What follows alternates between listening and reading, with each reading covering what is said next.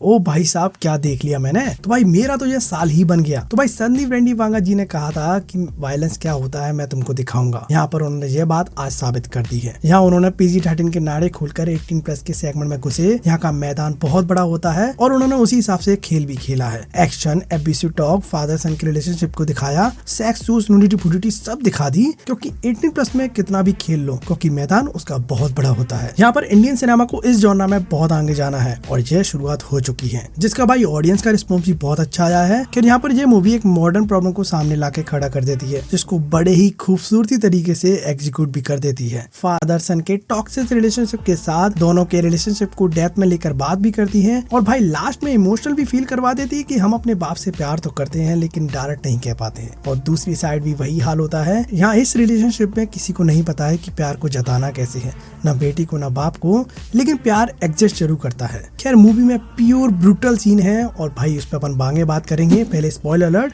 खैर इसकी स्टोरी वही है जैसे अपने ट्रेलर में भी देखा है कि बलवीर अपने बेटे रणविजय को टाइम नहीं दे पा रहा है, जबकि बेटा बाप के बर्थडे पे अपना शो कैंसिल कर देता है ताकि वो उनके बर्थडे पे उनके साथ टाइम बिता सके। लेकिन अफसोस ऐसा नहीं हो पाता है और भाई ऐसा होने से ऐसा नहीं कि रणविजय का प्यार बाप के लिए कम हो जाता है, जबकि और बढ़ने लगता है, उनके साथ टाइम बिताने के लिए और मचलने लगता है। यहाँ बाप बेटे से कनेक्ट नहीं हो पा रहा है लेकिन बेटा बाप से बहुत ज्यादा कनेक्ट हो चुका है। यहाँ पर भैया रणवीर के बचपन में जब बाप के होने के बावजूद बेटी की रैगिंग कॉलेज में होने लगती है और भाई रणविजय भाई के अपना फर्ज निभा देता है, लेकिन उस फर्ज को निभाने के लिए उसको बोर्डिंग स्कूल जाना पड़ता है कुछ चांटे खाने के बाद। लेकिन कॉलेज वाला सीन जस्ट लाइक वाओ, स्वाद अलग था उसका। फिर उसके बाद बोर्डिंग स्कूल के बाद फंक्शन में आता है वो। यहाँ पर रणविजय की बातचीत सुनकर ये समझ जाते हो कि ये बंदा वाइल्ड है, शुरू से ही मुंह पे बोल देता है, इसको फर्क नहीं पड़ता है सामने कौन खड़ा है, इसको बस अपनी बात रखनी है, जो बुरी लगे या अच्छी ही डोंट केयर। उसके बाद भाई वही चीजें बाप बेटे के बीच में फिर से थोड़े अदमन होने लगते हैं और वहीं वो रश्मिका को लेकर इंडिया से बाहर निकलकर सेटल हो जाता है।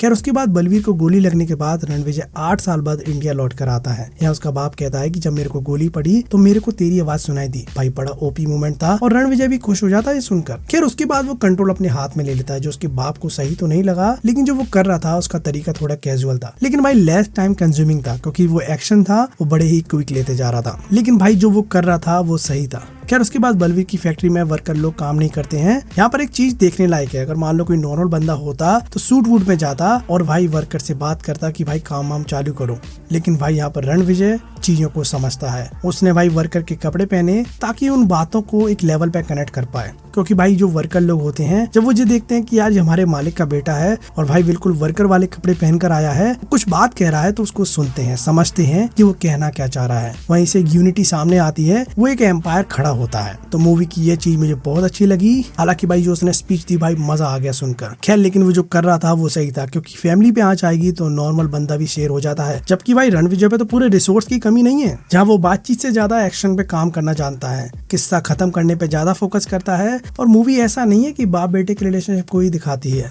वो और रिश्तों पे भी फोकस करती है जिनसे हम मिलते नहीं हैं, जिनके बारे में हम भूल जाते हैं, लेकिन जब मदद लेने की बारी आती है तो वही लोग आगे आकर खड़े हो जाते हैं। बलवीर को अपनी स्वास्थ्य की स्टील फैक्ट्री के अलावा कुछ दिखता नहीं था। यहाँ उसने अपने काम को लेकर अपने रिश्तों को छोड़ दिया था। यहाँ पर उन टूटे रिश्तों को रणविजय ने फिर से जोड़ा। खैर यहाँ पर पता चला कि रणविजय के ग्रैंडफादर के 3 भाई थे, जिसमें भाई बड़ा भाई था जो पिंड में रहता है, जिसके यहाँ रणविजय भी जाता है मदद मांगने के लिए, और बीच वाला भाई तो रणविजय का ग्रैंडफादर ही है, और छोटा वाला भाई है उसके ही ग्रैंड चिल्ड्रन है जो उस मूवी के नेमेसिस बने हुए हैं, मतलब कि अपना ये बंदा और लॉर्ड बॉबी, और एक तीसरा भाई भी है, उसकी बात बाद में करेंगे। तो भाई मूवी का नेमेसिस घर के रिश्तों में से ही कोई है। यहाँ पूरी लड़ाई जिसकी वजह से हो रही है वो और कोई नहीं बल्कि रणविजय का कजन ही है। खैर बस तुम इतना ही समझ लो, लड़ाई घर के लोगों से ही है, क्योंकि बाहर वाले से तो कोई भी लड़ लेगा, लेकिन आपसी लड़ाई में सोचना पड़ता है। हालांकि भाई इस पॉइंट पे अपना मूवी का प्रोटैगनिस्ट बिल्कुल नहीं सोचता है। खैर मूवी की स्टोरी नैरेटिव की बात करें तो मूवी खेल जाती है। यहाँ स्टोरी टाइम जंप लेती रहती है, पास्ट प्रेजेंट करती रहती है, जिससे भाई ऑडियंस हुक्ड रहती है, जिससे भाई एक तरह का कैरेक्टर भी बिल्डअप होता है। और ऐसा नहीं अकेला उसका बिल्डअप हो रहा है, सबका बिल्डअप हो रहा है। और शुरू से मूवी तुमको रणविजय का रोला सेट करके देती है कि ये बंदा खतरनाक है। वो बता रहे थे कि रणविजय किसी के सामने झुकता नहीं है, चाहे वो कोई भी हो, मेरा मतलब कोई भी हो, सिवाय उसके फादर के।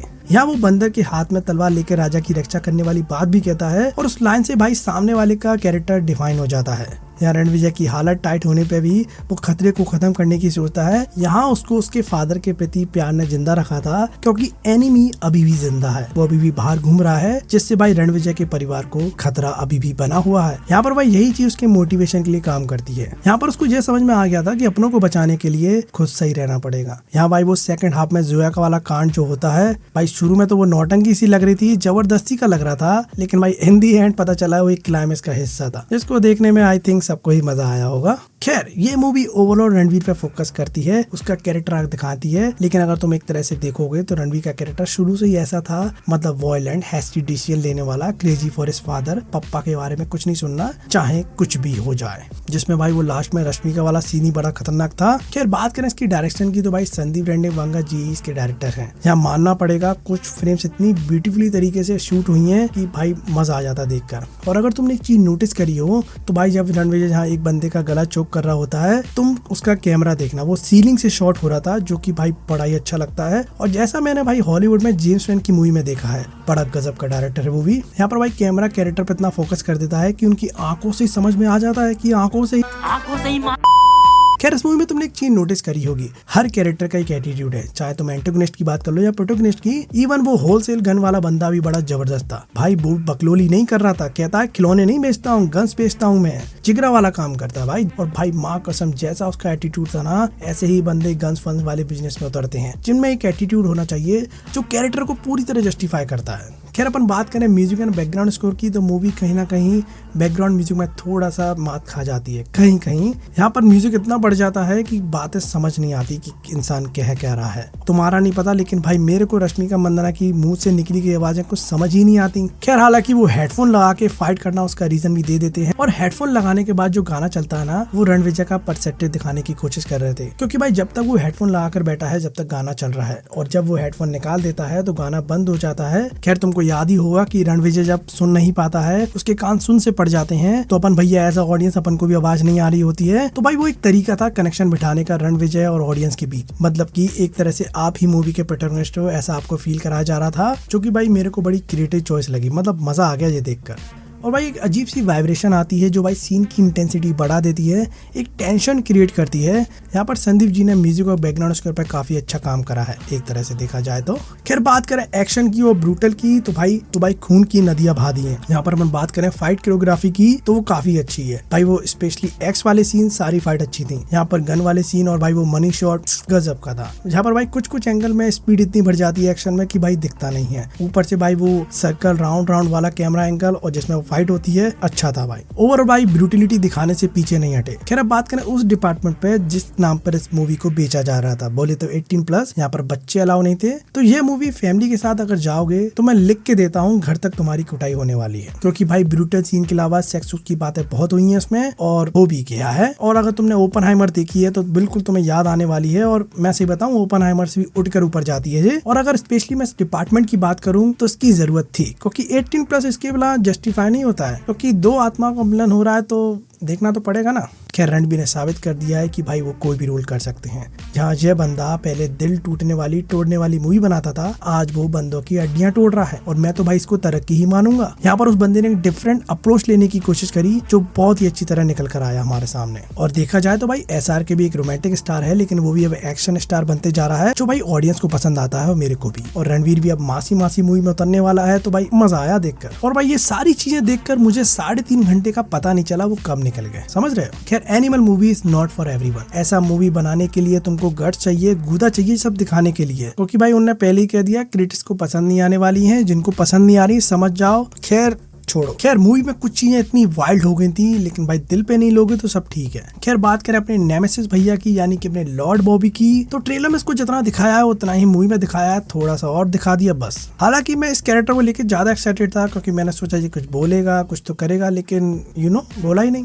हालांकि मैं एक तरह से कहूंगा कि लॉर्ड बॉबी का जो पोटेंशियल था वो थोड़ा बेस्ट सा कर दिया, क्योंकि उसका भौकाल सेट नहीं कर पाया, उसका रोला सेट नहीं कर पाए। यहाँ पर वो एक स्ट्रॉन्ग नेमेसिस को दिखाना चाहते थे जो कि बोल्ड है, एक्सपीरियंस्ड है, है, लेकिन वो उस लेवल का जस्टिफाई कर नहीं पाए। लेकिन हालांकि जब तक वो रहा स्क्रीन पर मजा आया देखने में। हाँ, तो एक तरह से देखा जाए तो उसका जो भाई था वो उसकी बॉडी तगड़ी थी, उससे हैंड टू हैंड कॉम्बैट करा सकते थे, लेकिन उसको वहीं हटा दिया। खैर देखा जाए तो यह मूवी रणबीर पे बहुत ज्यादा फोकस करती है, सिवाय लॉर्ड बॉबी और उस बंदे पे। खैर इस मूवी का जो मेन पार्ट है जिससे आप उस मूवी को शायद भूल जाओगे, वो है इसका क्रेडिट सीन। मैं तुम्हें बता नहीं सकता हूँ शब्दों में कि भाई वो कितना वाइल्ड था, क्योंकि भाई ऐसे लाल स्याही से नहाना मेरे बस की बात नहीं। तुम्हें पता नहीं चलेगा वो सीन कितना इंटेंस था, वो कितना वाइल्ड था, अपने आप में कितनी क्रेजीनेस और कितना मैनिक था वो। यहाँ इसको देखकर ये समझ में आता है कि एनिमल का भी एक फीचर है। यहाँ पर ऑफ कोर्स अपन को नेक्स्ट पार्ट देखने जरूर मिलेगा, जिसके लिए एक्साइटेड तो है, क्योंकि भाई ये बंदा आगे चल के आग लगाने वाला है। क्योंकि भाई जो संदीप जी प्लानिंग कर रहे हैं वो बहुत ही तगड़ी जाने वाली है। जो प्लान वो बना रहे हैं वो काफी अच्छा है, और भाई एक तरह से देखा जाए तो एनिमल को सक्सेस ही मिलने वाली है, क्योंकि भाई ये इसका बॉक्स ऑफिस कलेक्शन अच्छा जाने वाला है। तो डेफिनेटली अगला पार्ट आएगा, जिसके लिए भाई मैं इंतजार कर रहा हूँ। और मैं तुम सबसे कह रहा हूँ भाई लास्ट में जाना नहीं, क्रेडिट सीन देख कर ही जाना। हालांकि वो बहुत ही जल्दी आ जाएगा, तुम जा भी नहीं पाओगे, इससे पहले आ जाएगा।